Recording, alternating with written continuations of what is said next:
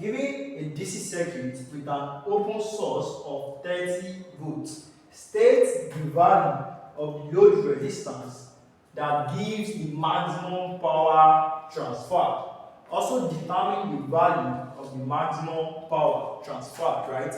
Alright, I want you to pause this video and try this question using the same concept, right, of the two examples we did previously. Still applying the same idea for example 1, example 2. Alright, back to this question. Given this question, the question says that state the value of the load resistor. In this case, what is the value of the load resistor? The value of the load resistor is what? 1.5 ohms. The question is why? My load resistor, your load resistor RL is equals to R, which is equals to what? 1.5 ohms. State your reason. It is equal because by the theorem, by maximum power transfer theorem,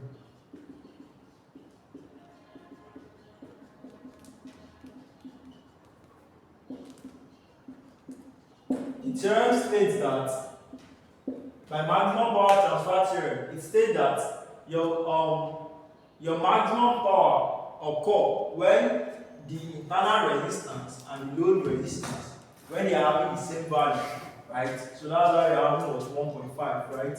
Now, number 2 says that calculate, meaning you have 1.5 ohms. Question 2 says that calculate, or you say determine the maximum power dissipated, meaning the maximum power transfer. By formula, this is 1, 2. Power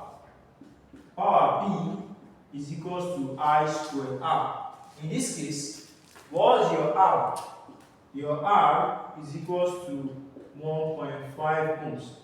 And your I unknown. How do you get I? Because your formula for maximum power transfer, it states that the cell all divided by the internal resistance plus the load resistance. Similarly, my I is equals to, substituting the respective value, my E in this case is 30 all divided by your load resistor, your internal resistance 1.5 plus your load resistor 1.5 equals to 30 over 3, which is equals to 10 ampere.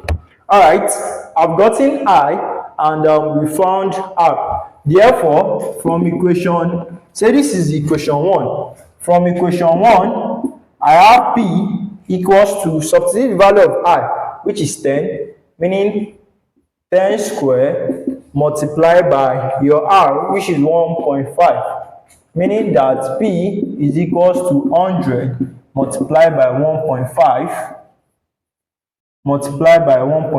which is equals to 150 watts. P maximum is equals to 150 watts. Alright, so this is the concept behind maximum power transfer.